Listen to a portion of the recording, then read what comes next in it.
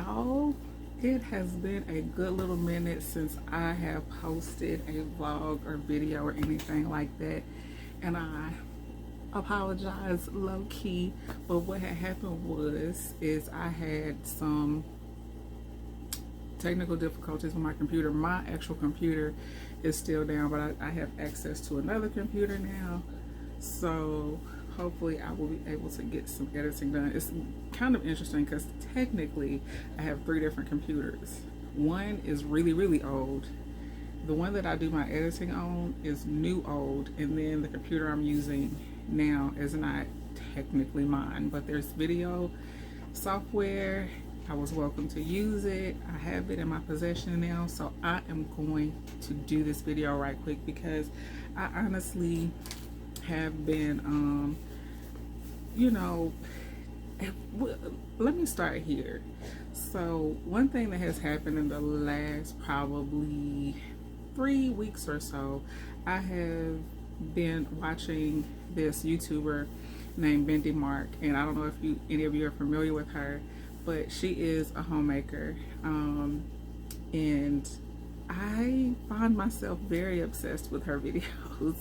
And I'm like, why am I watching this lady, clean her house and, all these things?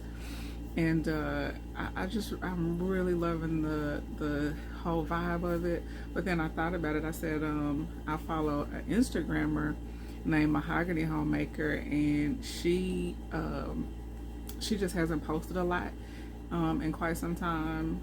But then there's another one of my friends. We actually started as Facebook friends, and I follow her on Instagram now. She sells oils, but she is very much a stay-at-home mom. The doctors told her she wouldn't have any children. Like, I've known her that long. The doctors told her she wouldn't have any children, and she's on like number 6 or 7. I don't know, something like that, a lot. So the doctors were way wrong, and so I've watched her do home birth twice, and I look at some of her recipes and gardening and just ways that she pours into her children and her marriage and stuff, and I'm so obsessed with the whole concept of homemaking for some reason. But the interesting thing is that happened really recently. The reason why I wanted to make this video for real is I ran across a Bible verse that I actually read years ago, and when I read it I was like, I think this is about homemaking, and this is really interesting to me what it had to say about women and homemaking. And before you even try to guess, no, it is not Proverbs 31. It is in Proverbs though, but I've been doing the study of Proverbs, and I read this verse and it just reignited in me just some of my thought processes on being a homemaker. And I honestly have been asking myself, like, am I a homemaker? I think that's been kind of a subconscious question for a long time, and now it's kind of becoming a conscious question, especially with like I said, watching and following all the ladies that I follow, and just seeing how into it I really am. I actually bought a shower curtain the other day, and I like cleaned the whole bathroom from head to toe, top to bottom, whatever. And I put up the new shower curtain. I was like, I just felt so fulfilled in doing that. I'm like, girl, you are and I also, another thing is, I saw these home economics videos from, like, they were in black and white, and somebody had uploaded them to YouTube as well, and I was just like, this is fascinating to me. But when I ran across this verse the first time, it made me kind of ask a question. I didn't talk about it a lot though, because when I tell people, I think all women should be homemakers, that does not get a good reaction, so I don't talk about it a lot. But then, like I said, we're doing this study, I was like, I had to revisit that, and now I'm more mature, I'm 40, and I'm really just thinking about the whole concept of it. And so I'm going to start by reading the verse. It's Proverbs chapter 14, verse 1. And in the King James Version of it, it says, "Every wise woman buildeth her house, but the foolish plucketh it down with her hands." And, to me, that didn't specify married, single, mother, daughter. It just says a wise woman. I think building your home is a wise thing to do based on the scripture. But then in some other translations, it gets more specific. The Good News translation says, "Homes are made by the wisdom of women, but are destroyed by foolishness."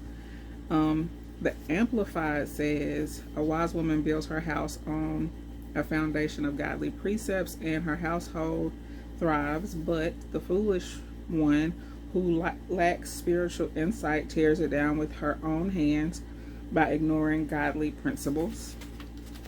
But the Contemporary English Version gets a little bit more into the family aspect of it by saying a woman's family is held together by her wisdom, but it can be destroyed by her foolishness. But I think, especially based on the King James Version of this, the original version of it, it's not just talking about married women. I think you can be a businesswoman and you should still be a homemaker, as it were. You should build your home.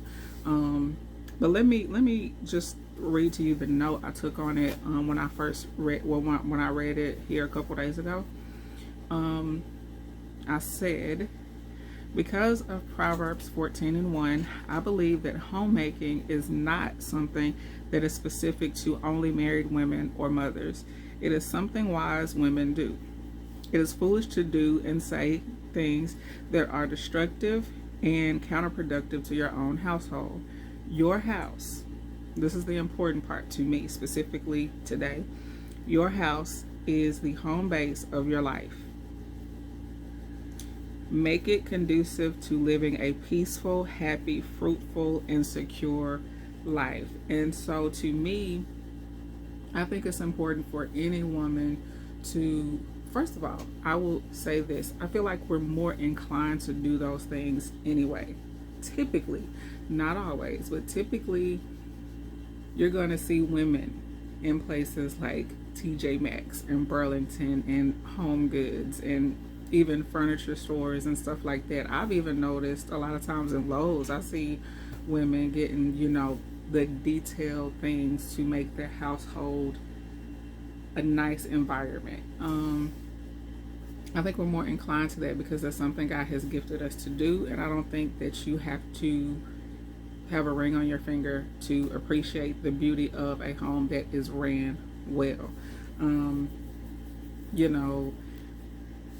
Even when you work outside of the home, because the vast majority of people, including women, do that now. Most people have another job they go to or a business they do. Even the YouTuber that I watch, she is a homemaker. She says that, but then I thought about it. I was like, her YouTube channel is a business. It's just based in her home, because she's got some following now. And then she has a line, I think she just started or is about to start, have a collection of dresses, I think. And so she has a whole thing about modesty and purity and stuff like that. So, but very beautiful styles. And so she's doing that. That is based on her, efforts as a woman, as a wife, and as a daughter of God, to, it's still something that comes out of her home. But even if you work at a factory or you own a business or you work at a restaurant or whatever the case may be, when you get done with all of that, your home is where you live. It's where you sleep. It's where you eat. It's where you prepare to go out and do whatever it is you're going to do. And so I just think it's a good idea to make your home as welcoming and livable as possible to you and the people that live with you. Just because, It you can be more productive.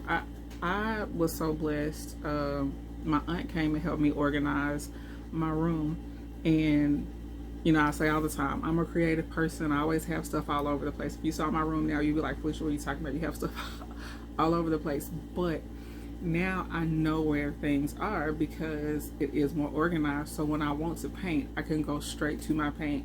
When I want to do laundry, I can go straight to my laundry right here. I think you can see it right here, my little laundry caddy.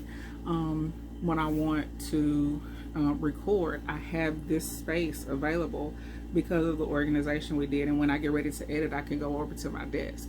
And that's a lot of stuff all in one place. But because it's organized, I'm better able to create because I am creating an environment and still in the process. Because one thing I feel I'm learning about homemaking is that it's something you have to get up and do every day, just like you have to clock in and get on that assembly line every day to get things produced. At first it can be a little discouraging because you're like, man, I just cleaned up yesterday and I have to clean up today, or I just washed clothes last week and I gotta fold more clothes, you know. But that's what you're gonna do at any other job. You're gonna get up and do it 5 days a week, every single week. Sometimes people work 6-7 days a week, and you get up and do it, and nobody ever says, well, when is this ever gonna get done? Because it's just something that is a programmed part of your day. So I feel like it's the same with homemaking. Get up, plan your day, do it. I'm just learning that. It's just so interesting to me how fulfilling taking care of my home is. Now, y'all know I want to get married, so this is going to be very handy. But even outside of being married, I have found some joy and some fulfillment in homemaking, even for myself. So yeah, I think I'm a homemaker, and I just wonder what your thoughts are about that particular scripture or this whole feeling that I'm feeling inside. I don't know if it's because I'm 40 or because God is about to send my husband, but I'm just feeling real, you know, housewifery. Whatever. Y'all know I like to cook and all those things, but that is, you know, I know people are like kind of not into the traditional gender roles anymore, but for me, I just find joy in it. And I don't think I'm the only woman that I've had conversations with that have some kind of joy and fulfillment in making their home, whether it be physical cleaning and organization or mental and emotional bettering or spiritual edification and stuff like that.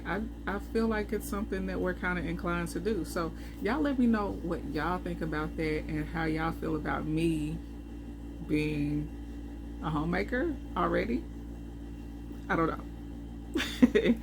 know. Thanks so much for watching and staying subscribed, even though I haven't posted in a while. And y'all be blessed. Peace.